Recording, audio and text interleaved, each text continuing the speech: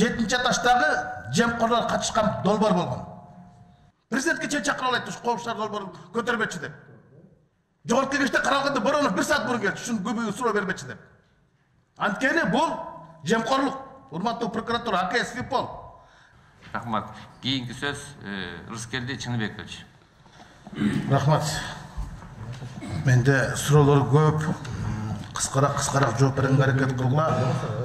Урматтуу депутаттар, урматтуу чакырылгандар, кеше Чүй областынын Нурманбет айылында өзөктү өрттөгөн өксүк менен өкүрүк менен бир үй бүлөнү жерге берди. Ошол жердеги айылдын элин өкүргөн укканда жан дүйнө киреге жер таппай калат да.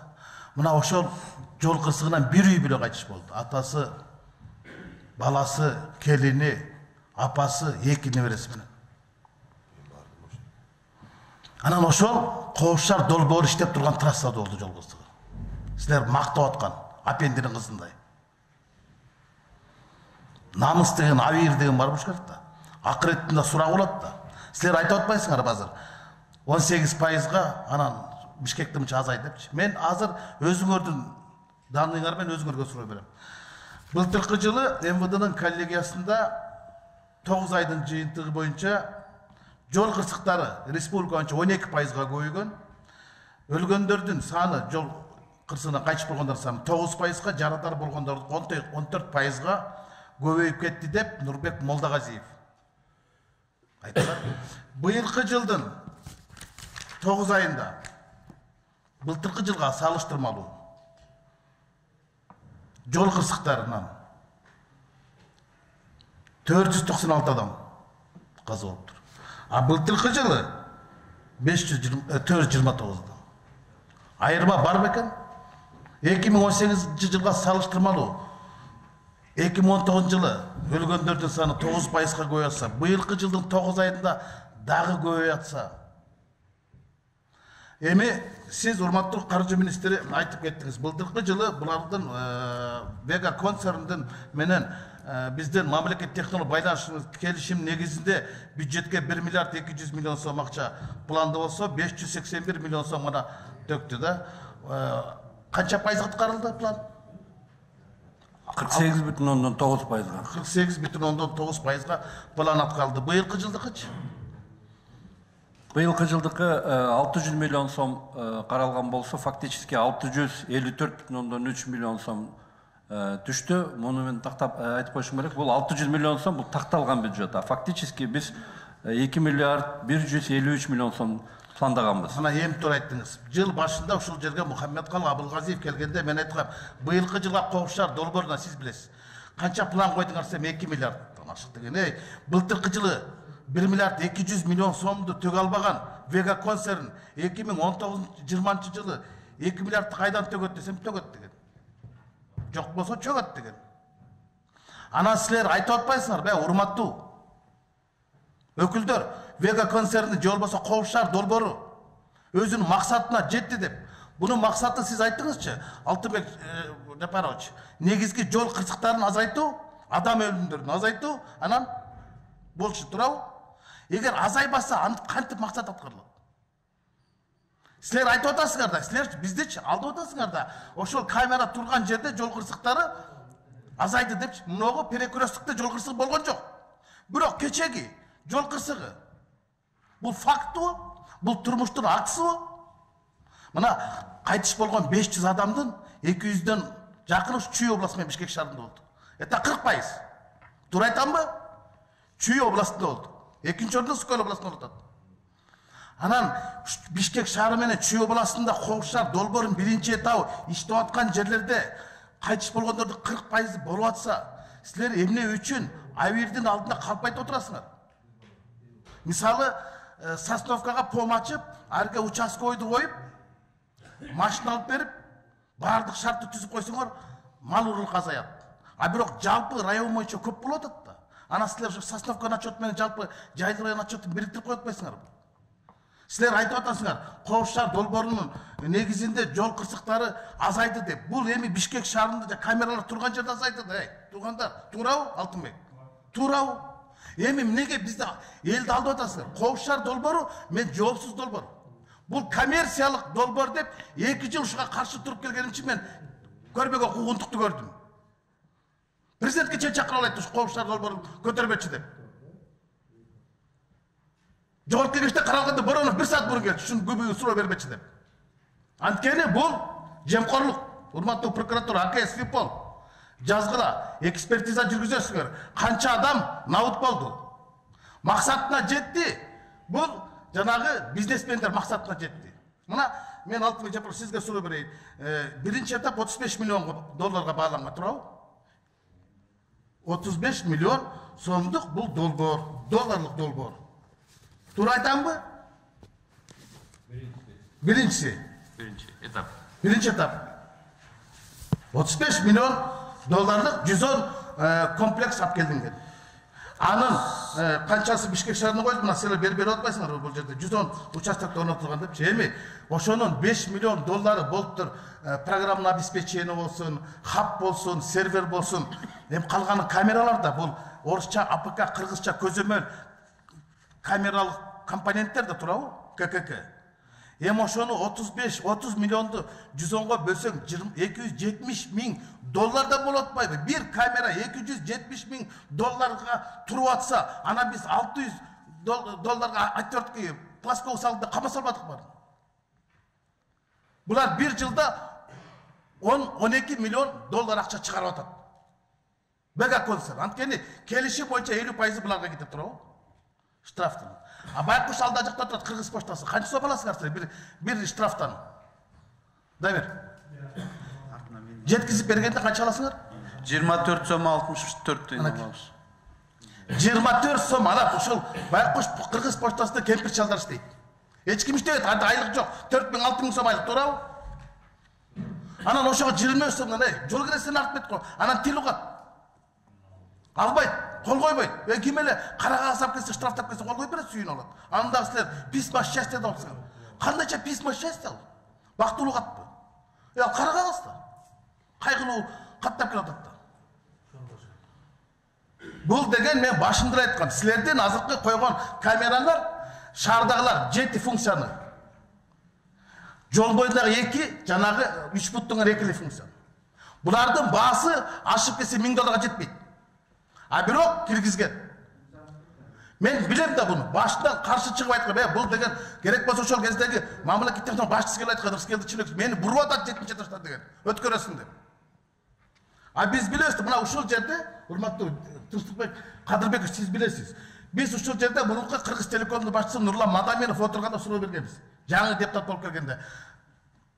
Коопчулар долбоорун канча миллион доллар менен ишке ашырасың? 10 миллион доллар менен деген.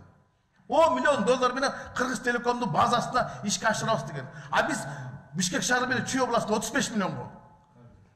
Дагы Бишкектин калганын 35 миллионго, жалпы 50 миллионго берип атабыз. Килеген Анкарада 20 миллионго бүткөн. 20 миллион долларга. Мына сурагыла, Молда Муса Коңгатевтен сурагыла, Зарылбек Рысалиевтен сурагыла. 6 миллион халык бар, Анкарада 20 миллионго бүткөн. Иса Өмүркуловду чакырып сурагыла, Англиялыктар келип 10 миллион долларга бүтүрүп беребиз деген коопчулар долбоорун. Сапар Исаковду Хуавей менен 60 миллион долларга түздүк деп туруп кызматтан кетиргенбиз. А силер 70 миллионго түшүрүп атасыңар. Жартылай. Иштебеген, катып калган камералар менен. Менде данныйлар бар. Менде данныйлар кантип иштеп атканы жөнүндө булардын. Текшергенсиңер силер. Канча немен аткарбай калгандыгы жөнүндө булардын. Катып калган камералар менен. Анан айтып атасыңар булардын баардыгы. Бул деген коммерческий проект болгондо. Коммерческий проектта 50% акчаны үйүндө жат чөтөлүп атат. Карапайым эл төлөп атат, ошол акчанын 50%ын жана бизнесмен чөтөлүп атат. Ошонун максаты ишке ашты. Афристердин коррупционерлердин максаты ишке ашты. Карапайым элдин максаты ишке ашкан жок. Кайтыш болгондордун саны азайган жок. Жол кырсыктары азайган жок. Бул факт. Мен асмандан алган жокмун. Мына силердин МВДнын бүттүк сводкасын алып чыктым мен. Жол кырсыктар жылдан жылга көбөйүп атат. Адамдардын өлгөнү көбөйүп атат. Жарадар болгон силер мисалы айтып атпайсыңарбы? 500 мына бүгүнкүгө бердиңер. 496 адам кайтыш болду деп. Больницага жаткандардын канчасы кайтыш болду ушу жарадар болгондордун. 6200 жарадар болду десем, ошонун канчасы кайтыш болуп кетти. Силер аны киргизген жоксуңар да. Это же укрытие, урматтуу прокурор. Это Украинада. Ал больницадан өлді, бірақ жол қырсығынан өлді да. Мына кешеге немедеги 6 киши ошол жерден абыт болгон, а больницадан экөөсүнөн абыт болду. Ошо менен 8 болду. Асыл 6-10 киргизесиңер, экөөнү киргизбейсиңер. Бул алдамчылык да. Это же афера государственная. Мошенничество. Карапайым таксисттер бир күндө 500 000 сом табат, аны 1000 сом штраф келет. Бакыттыр ыйылып атат. Анан экинчиси боюнча, силер мөөнөт узартып форс мажор деп атпайсыңарбы? Эмне үчүн анда Кара Балта Бишкек жолун салган Кытайга таштап атпайбы форс мажор жок эле? Биз аларды мөөнөт узарткан жокпуз да. А бул эмнеге буларды мөөнөт узарткан? Өткөндө келип 44-тү коюп кетпедиби булар? Ана форс мажор деп. Форс мажор жүрсе ЧП болсо, азыр бизде ЧС да. Чрезвычайный положение жок да. Форс мажор дейт, түшүнүп бере тургандай. Алар коюш керек болчу да. АКС Геркейм барбы?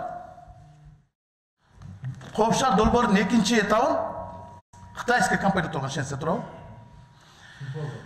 Биз деген бар болчу компания, ал Кыргыз Телеком менен барган. Кыргыз Телеком менен барып, алар утуруп калды. Бирок булар Кытайдын эмес деп. Ошондо эле америкалыктар айтып чыккан, Кытай Кыргызстандын коопсуздугунда колдон алат Ковшар долбоору менен деп америкалык журналда жазылган.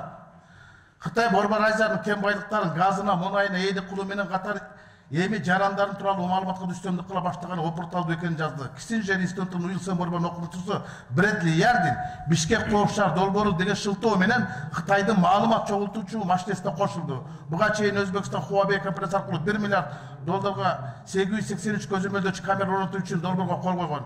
Казакстан 2016 жылы Кытайдын көмөгү менен акылдуу шаар долбоору аркылуу санариптештик иштерин жүргүзгөн деп. Экинчи долбоорун биз Кытайдын Шенсен компаниясына бердик. Туурабы? Siz aytыңызчы, ошол тендерде жанагы ГОТС деп государственный обеспечение тендерной заявки. Кытай компаниясы канча акча төлөдү? КОКЗ катары тендерный суммасы 60 миллион сомго жакын. Сизде жок экен, порталга кириңиз. Порталга кириңиз, тиги эки орусиялык компания Вега менен биз алар с перечислением, то есть банковский гарантия кылып атат. Кытай компаниясы наличными деп турат. Накталай дейт. Аны мен сурадым, кандай накталай? $890 000 акчаны накталай кайка койду десем, эмне коробка мен салып ошол жерге койду десем, накталай деп турбайбы? Наличными дейт. А наличным это законом запрещается. Мен ошондой айткам, мына наличными деп атат, мына акча салып атат. Мына ушул жерде коррупция бар деп. Мен президент Сооронбай Шариповту өзүнө кирип көргөзгөм. Мына эмне депчи? Если отказ от тендерной заявки, это есть отказ от тендерной заявки. Отказ менен откаттын айырмасы бар да. З менен Т. Ошону биз деген компания сотко берген. Эмне үчүн булар наличный акча салды? Сотто отуруп калды. Анткени отказ это есть откат. Мына Сыргак Кенжебаев дегенди кармап камадыңар. Ширин Айтматовдун жолдошун туурабы? Эмне себеп менен камадыңар? Анткени Ковшар долбооруна алдын ала акча берген деп атат. $350 000 акча берди деп аны камадыңар. Демек коррупциялык нерсе болгон экен да. Взятка. Мына АКС Геркейм мунун маалыматы турат. Менде турабы? Былтыр шеде айтты. АКС Геркейм айтты. Сыргак Кенжебаев деген $350 000, дагы $250 000 аласам бар деп атат доллар. $600 000 ол алдын ала берип атат. Ковшар долбоорун утуп бергиле деп. А вы продлеваете ушул компанияга. Тиги жана Мотаилов деген, Мохаммед Мотаилов деген кытайлык уйгур жараны пресс-конференция бербеди Кыргызстанга келип отуруп. Мен акчам алдап кетти деп. Мен Ковшар долбооруна катышуу үчүн $600 000 алдын ала бердим деп. Не көрөт? Не көрөт? Кимге көрүптүр? Мына АКС Геркейм бир жылдан бери басып жатат. Жооп барбы? Барбы? Уруксат бер. Жооп берип койсоңуздар. УКМК төрагасынын орун басары Молдосариев. Урматтуу Рыскелдин, сиз айтып аткан нерселер боюнча, мына бир ай мурун бизге досудебный производство иши келген, азыр ошол боюнча следствие жүрүп атат. Ошонун ичинен эми баягы билесиз да, следствиянын купуясын ачык айта албайм, но примерно сиз айткан ошолордун үстүндө иш жүрүп атат. Иш жүрүп атат да? Мына көрдүңөрбү? Коррупция подтверждается, а коррупция силер ишин форс-мажор деп жылдырып берип атасыңар. Маалыматтык коопсуздук, мамлекеттик коопсуздук негизгиси. Биздин база даных, машина айдап бараткан бул кишинин база даных каяка баратат, кайсы машина менен баратат, тиги Шензен Кытайга берип турат. Президент каяка баратат, кайсы машина менен баратат, премьер каяка баратат, спикер баратат, база даныкты бара ошол болуп атпайбы? Биз мамлекеттик коопсуздукту азакча жасап атпайбыз. Эмне үчүн Кытай компаниясы менен орус компаниясы чыкты да, тигилер 5 миллиард берсе, булар 2 миллиард берди. Жарым басына берди. Ушул жерде эле көрүп турбайбы? Бекерле иштеп беребиз деп атпайбы, бекерле иштеп берейик деп атат. Бекер сыр только билесиңер да капкан турат. Анан биз ошол компания менен эме түздүк. Мен ушуну кыйкырганым үчүн мага оозун басканга аракет кылышты. Ушул Коопшар долбоорун, экинчи долбоорун бербеш керек. Кыргыз Телеком, Жылдызбек Исакулов деген азыр мүлк фондунда отурат. Болсунбек Казаков деген, булар Саратовго барып, азамат билесиңер да силер. Сооронбай Жээнбеков премьер-министр кезинде презентация кылбады эле. Программаны обеспечение менен тиги сатылганда, Кыргыз Телекомдун ар бир райондо кабелди интернет бар. Ошол жактан келет. Кыргыз поштасы менен Кыргыз Телекомго берсеңер, эки иш караттай мындай миллионер ишкан болот. Бюджетке да ночак чөчөт. Ар бир штрафта 5 миң сом түшсө, 2,5 миңи Вега концернине кетип атат. 2,5 миңди бөлүп атасыңар. Гкм эмне калып атат? Алар эмне кылды? Мэрия алсын. Алар 100 миллион сом акча кетирген ушу Коопшар долбоорун ишке ашыруу үчүн. Көчөлөрдүн баары, талдардын баары кырккан. Азыр силердин Коопшар долбоорунун биринчи немесинде силер Бишкектин же троллейбустун столбаларын илдиңер. Силер алардан уруксат алдыңарбы? Столба, троллейбусту. Чында Вега концерт жана өздөрү 35 миллион доллар ошонун эсебинен столбаларды коюш керек болчу да. Силер готовый столбаларга коюп койду, чирик камераларын. Акчаны шлепать этип атат. Анан Коопшар долбоорунун негизги максаты жол кырсыктарын азайтуу болсо, эмне үчүн адамдар кайтышып болоткан жерлерге койбойсуңар? Менин үйүм жана 3 бүттө турат, өмүр бою турат. Ошол жерде турбайт. Но военлантропкада билесиз да. Эки жерде турат. Автономдон бери өткөндө, Нарбаттан бери өткөндө. Ошону тиги жолго койбойсуңар, Бишкек торгар, Токмак жакка койбойсуңар. Ошол жол кырсыгын азайтат да. Силердики коммерческий болуп атпайбы? Бул коммерческий проект, никакой конкретный. Анан коопсуз шаардын орусчасы эмне дейт? Безопасность дорога же безопасный город бу? Город, город деген тескерисинен окучу. Тескерисинен окучу, город, дорог болот, туурабы? Силердики безопасность дорог, никакой город.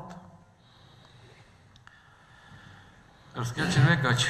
Ошондуктан, урматтуу, мен сөзүмдү жыйынтыктайын. Бул боюнча менде абдан суроолорум көп. Мен бардык статистиканы Коопшар долбоору бул жоопсуз шаар долбоору.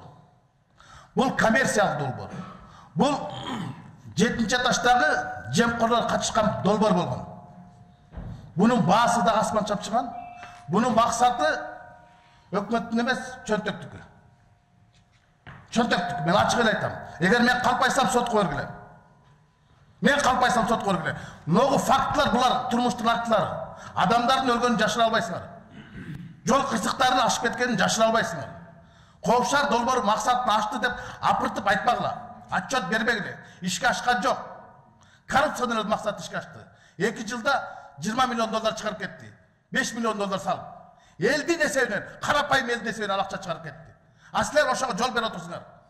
Вы соучастники коррупционного проекта. Силер чыныгарды айтышыңар керек. Мен силерди неме кылып аткан жокмун, урматтуу Азамат Бакирович, Октябрь. Мен силердин болгон жок. Силер болгон аткаруучусуңар. Бирок башкаруучулар башка жакта. Силер баарын билип отурасыңар. Бирок айта албай отурасыңар. Анткени өкмөттүн өкүлүсүңөр. Силердин сөзүңөр кыска. Силер эки жердеги 4 экенин көрүп турсуңар, бирок силер 5 деп айтканга мажбур болуп турасыңар. Ошондуктан АКС, Финпол бул биринчи, экинчи долбоор боюнча толук кандуу экспертиза жүргүзгүлө. Эмне үчүн каржылык тараптан дагы план ишке ашкан жок, эмне үчүн жол кырсыктарынан ишке ашкан жок. Это провал. Буну мурункулар бийликтер макташкан. Биз эң чоң эч ким кыла албаган, Акаев, Бакиев кыла албаган нерсени биз ишке ашырдык деген. Атамбаев да кыла алган эмес, Бакиев да кыла алган эмес, Акаев да кыла алган эмес, биз жол коопсуздугун ишке киргиздик деген. Бирок чынчыл айтканда коррупцияны киргизген. Рахмат, Рыскел Червекович. Абдан бир чоң маалымат бердиңиз, окшойт ушу Финполицияга дагы, АКСке дагы ушулар карап, ушул териштеш керек да.